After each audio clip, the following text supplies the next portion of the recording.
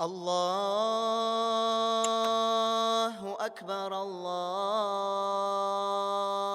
أكبر الله أكبر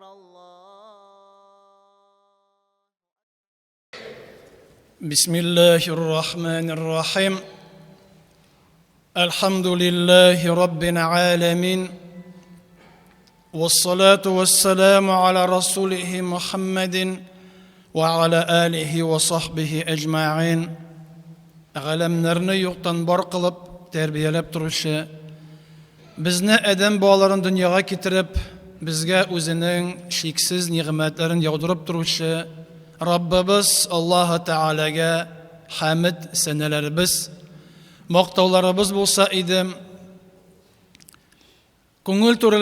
ko'ngil turlarimizdan chiqqan salovat ham duolarimiz g'alamlarga rahmat bo'lib jibarilgan suyukli payg'ambarimiz Muhammad sallallohu alayhi va sallamga borib erishsa edim.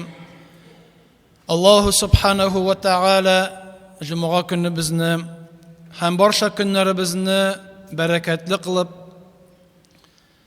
Allah rizaligi uchun qilingan xayrli amallarimizni qabul etib, iki juma arasında qilingan gunohlarimizni kechirsa edim. Bir vaqt Peygamberimiz Muhammad sallallahu alayhi ve sellem yanına bir al-A'rabi, bir Bedevi, bir Arap kile.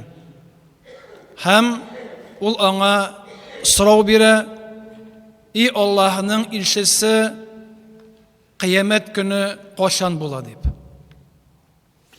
Peygamberimiz Muhammad sallallahu alayhi ve sellem Allah Teala buyurgancha kishilarni qiyomat kunidan kesatdi. Ham kishilarga ul kun uchun azlarga qo'shdi. Shunga ko'ra qaysi bir kishilarning ko'ngillarida ul qo'shan bo'larmikan deb, yaqin oradami yoki vaqt uzg'ashmi shunday so'rov tug'an. Shunga ko'ra qaysi bir musulmonlar kelib so'raganlar. Albatta qiyomat kunining vaqtin bir kishi de bila olmay. Alloh subhanahu va taala onun ilmini yashirgan. Ana bir kimga de Peygamber Muhammad sallallahu aleyhi ve sellem'ga de Cebrail farishtaga de u ilmni öğretmegen. Şuna ko'ra bu so'rovga javob Allah Teala o'zi biladibgina bo'lar edi. Lekin Peygamberimiz Muhammad sallallahu aleyhi ve sellem kishiga ilm berib, onu terbiyelep, ona ayta, "Esindi ul kunga nisa hazırladın." Qiyomat günün qo'shan bo'luvi bo'lmovi bizning uchun muhim tugul. Çünkü u baribir bo'lashaq. Hammazdan so'ralmayashaq ona vaqti. Amina ul kunda javob berasi bor ekanligin. Hem ul kunga kishining nindi amallar azirlagani misi büyük muhim. Misi bizning uchun tüp aybir. U so'rov ul musulmonga da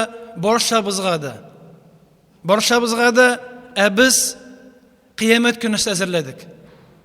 Qiyomat kuni hisob qilinganda bütün amallar o'lchanganda kishilarning qo'llarına ömür boyu qilgan amallar yozilgan kitaplar berilganda biz nasa ko'ramiz anda. Har musulmonning bu so'rovga har musulmon o'zi uchun javob berishga tiyиш. Ham kishi qiyomat kunini tiyish azanlarga o'zining xayrli amallari bilan.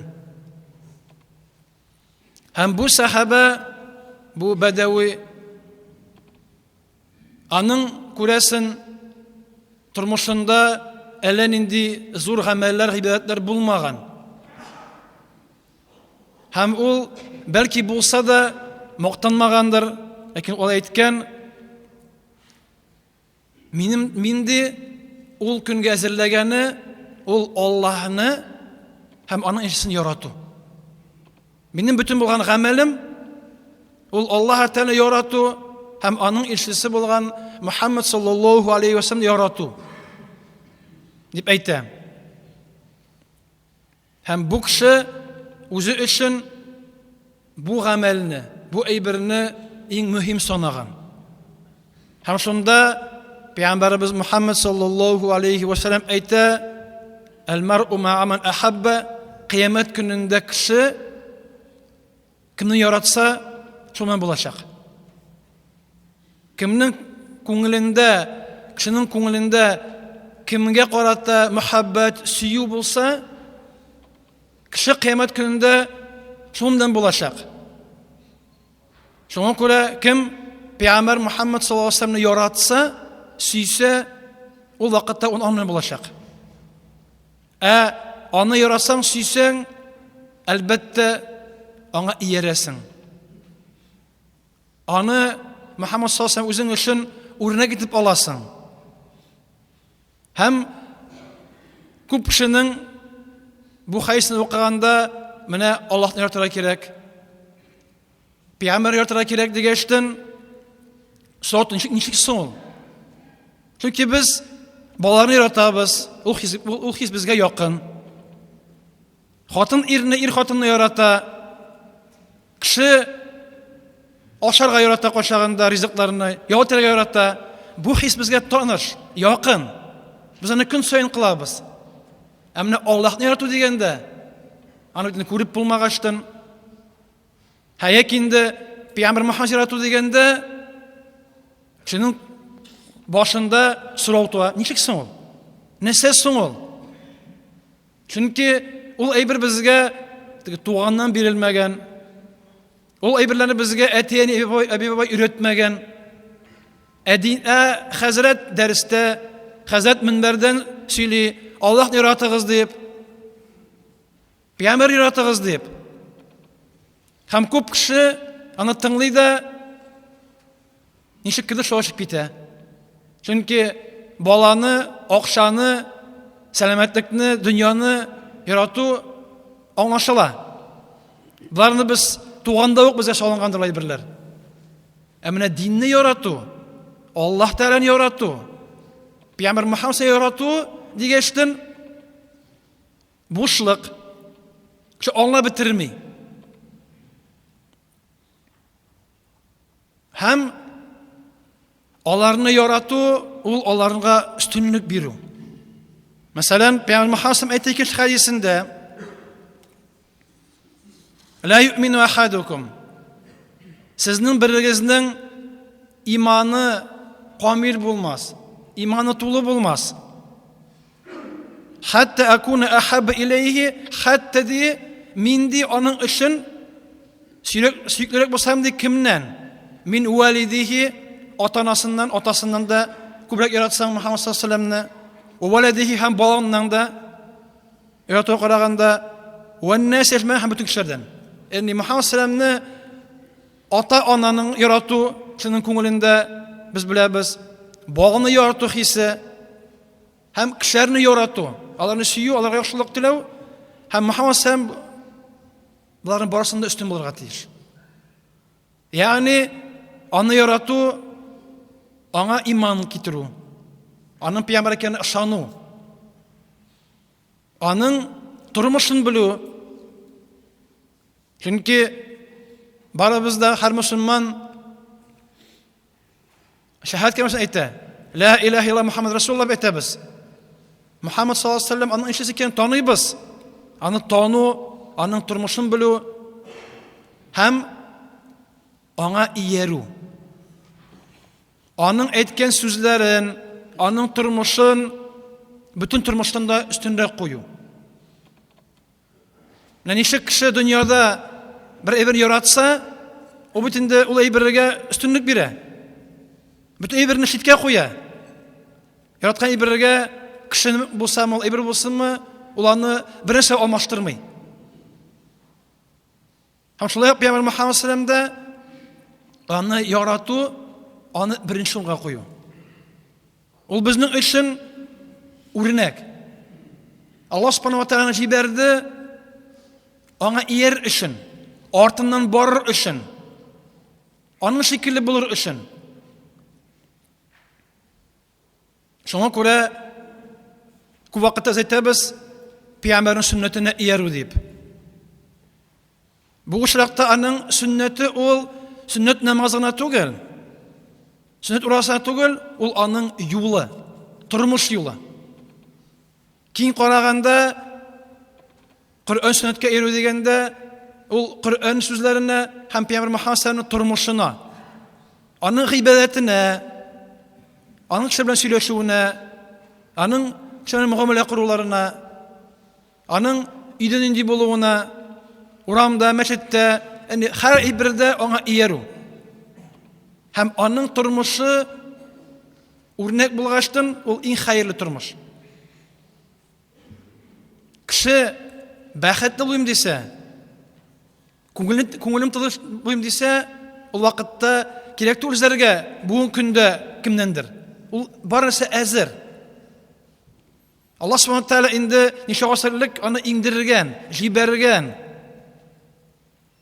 Фақат нәрсә, без адәм балалары сайлау булганда Пәйгамбәр юлымы яки дөньяви эшме? Без дөньяви эшне сайлыйбыз. Без үзебез күбрәк яраткан әйберләргә өстенлек бирәбез. Ә мөселман ул чынлап та мен Пәйгамбәр Мөхәммәд иярдем, аңа яратам дип әйтсә, ул сайлау булганда, хәтта дөньяви әйберләрдә, гыйбадәтләрдә, башка әйберләрдә ул аның юлын сайлый. Ул әйткәнчә әйтә, ул эшләгәнчә эшли. Ул Аллаһта гыйбадәт кылганча гыйбадәт кыла. Гаиләдә, урамда, сугыш кырында, кайда монда булмасын, ул аңа шикелле була. Менә бу була ярату. Күңелдә Аллаһ Тәгалә илчесе, Мөхәммәд илчесе аннары гына. Башта Аллаһ Тәгалә, аннары Пәйгамбәрбез Мөхәммәд саллаллаһу алейхи ва саллям, аннары гына калганнары. Үзеңме, хатыныңмы, балаңмы, әниңме, алар түбәнрәк. Алар дәрәҗәсе зур. Ләкин Мөхәммәд дәрәҗәсе аннан зуррак булырга тиеш. Югарырак булырга тиеш. Менә бу була ул һәм шушы әйбер кешене күңелендә шул ярату, сөю, өстенлек бирү, иярү дигән хисләрне арттыра, уята. Моны өчен тырышырга кирәк. Безгә Аллаһ Субханаһу ва Тәгалә шуны сынау биргән. Без Пәйгамбәр Мөхәммәдне күрмичә аңа иярәбез.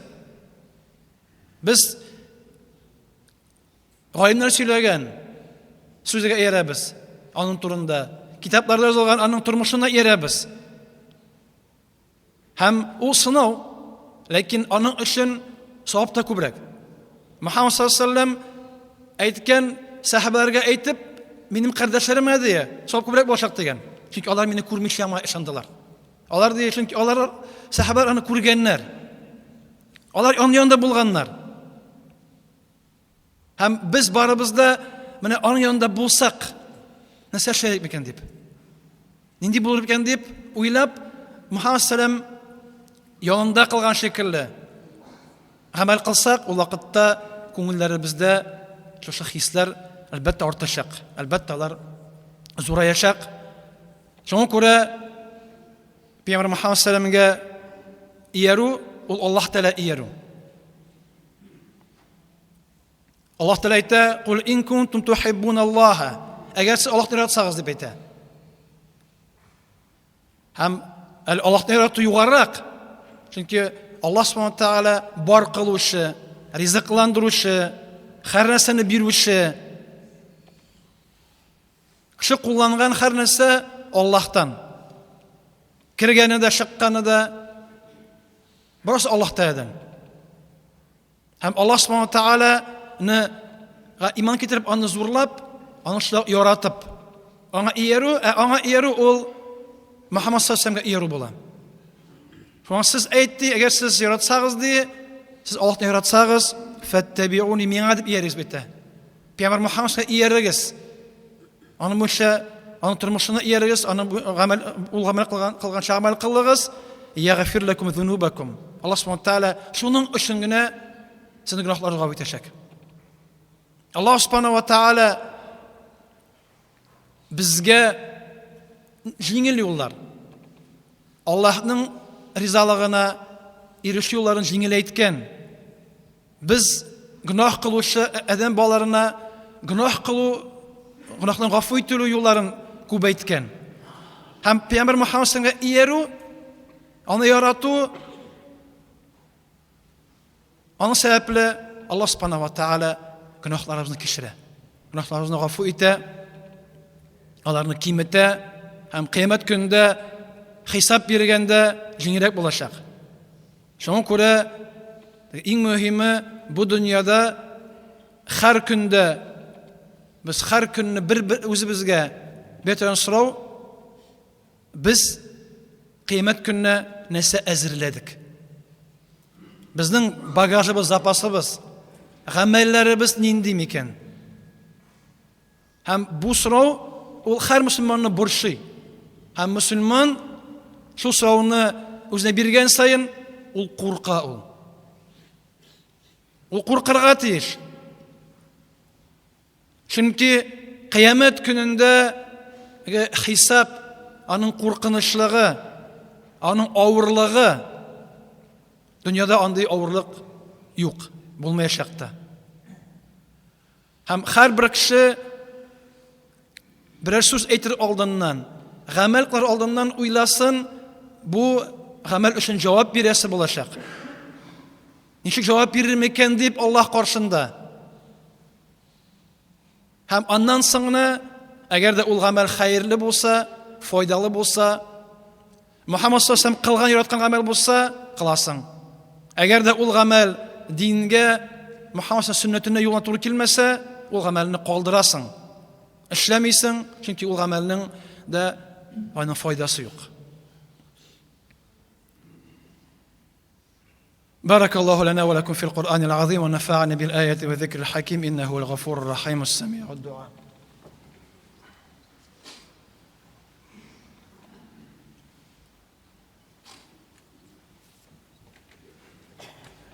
إن الحمد لله نحمده ونستعينه ونستغفره ونعوذ بالله من شرور أنفسنا ومن سيئات أعمالنا من يهده الله فلا مضل له ومن يضلل فلا هادي له واشهد أن لا إله إلا الله واشهد أن محمدا عبده ورسوله صلى الله عليه وعلى آله وصحبه أجمعين. Peygamberimiz Muhammed sallallahu aleyhi ve sellem'nin yolundan, onun sünnetinden, yolundan bu meşlerini turguzu. Peygamberimiz Muhammed sallallahu aleyhi ve sellem Mekke'den Medine'ye koşkanda Quba degen avulga barıp toqtı. Hem onda meşetken yigiz sola. Onda birinci gün yaşagandan soň kitip para Medine'ye yolun devam ete, onda da kilgeçtin. Birinci ameli meşit bula. Allah yurtu. Müslüman için en kadirli, en zor orun ol Allah yurtu. Hem sünnetini zorlaw ol Allah yurtlarını zorlaw. Hem meni kishi ko'rgan sayin Hazrat qachon masjid bitayni deb, qachon tuzib bitirasing deb har birigiz so'rov bermasa o'ylab qo'ya. Yoki men bo'lmaganda aytib qo'ya, qachon bo'lar deb, tabir Allohning yurti. Bu Allah yurti. Allah subhanahu wa ta'ala ul yurtning buluğun tilagan tuzuluğun. Hem ul bizga tuzurgani yozgan. Allah'ın yurtini tuzu o savaplı amel. O Peygamber Muhammed sallam yolun qabatlaw. Ona iyeru, ona zorlaw bola. Hem Müslüman Müslüman Allah yurtu o dinni ko'taru bola. Dinni turg'uzu bola. Hem Müslümanın ko'nglinde her vakitte mümkün kadar halden kelgençe İslam dininin o'sishine, Allah yurtlarının tuzilishine, medreselerge yardım etü buluşu. Birincisi o bizning dualarımız. Müslümanın quroli dua. En zor ayber, en jingili de bir qaraganda, lakin ihlas dua. Şın ko'ngildan, yurakdan, ishdan chiqqan, ko'ngil to'lib qilgan dua. андый дуаны Аллаһ Тәгалә кабул итә. Без монда әлхәмдүлилләһ күбәү. Арабыздан һәрбез дуа кылганнан соң Аллаһ Тәгалә арабыздан беренче кешенең дуасын кабул итсә дә, Раббым хәерле бәндәләрен җибәр дип, юлларын ач дип дуа кылсак, карап тормыйча, ул бина ашыймы ашамыймы, кеше ашыймы ашамыймы, ул Аллаһ йорты. Чөнки безгә кымашлау, нәрсә кымашлау безгә? Без карыйбыз, фәлән кеше, теге кешегә карыйбыз кайчагында. Кеше ашаса, аңа ярдәм итәбез. Ашамаса, аңа булышмыйбыз. Без карыйбыз башка әйберләргә, тышкы якка карыйбыз. Ашаса, ярдәм итәм, ашамаса, ярдәм итмим дип. Шуның белән мөселманнар таркауда бүген. Һәр мөселман үз ягын кайыра, үз ягын алып бара. Теге гомуми әйберне түгел, мөселманнарның бердәмлеген түгел, һәрберсе ашый ашамый, телим дигәнне. Ияреп, бәлки шуның белән Аллаһ Субханаһу Тәгалә безнең кайсы әйберләрне туктатып тора. Шуңа күрә дуаларыбызны кылыйк. Һәм Аллаһ юлында, Аллаһ ризалыгы өчен гомумән безнең мәчетме башкаларынамы кайда ярдәм кирәк, хәлдән килгәнчә ярдәм итик. Чөнки кыямәт көнендә әзрәнгән гамәл ул. Кулдан чыккан садака ярдәм итү Аллаһ каршында Аллаһны үстерә, аны арттыра. Шуңа күрә Аллаһ Тәгаләнең дине, йортлары, Аллаһның дине үссен өчен, Аллаһ Тәгаләнең йортлары төзек булсын өчен, төзелгән булсын өчен без тырышмасак, бүтән беркем тырышмый. Читтән килеп, каядыр килеп, беркем килми, булышмый. Аллаһ Тәгалә без тырышсак, сәбәбен кылсак, дуаларны кылсак, Аллаһ Субханаһу ва Тәгалә иншаалла безгә үзенең юлларын ачып бирәчәк. Аллаһу акбар, Аллаһу акбар, Аллаһу акбар, Аллаһу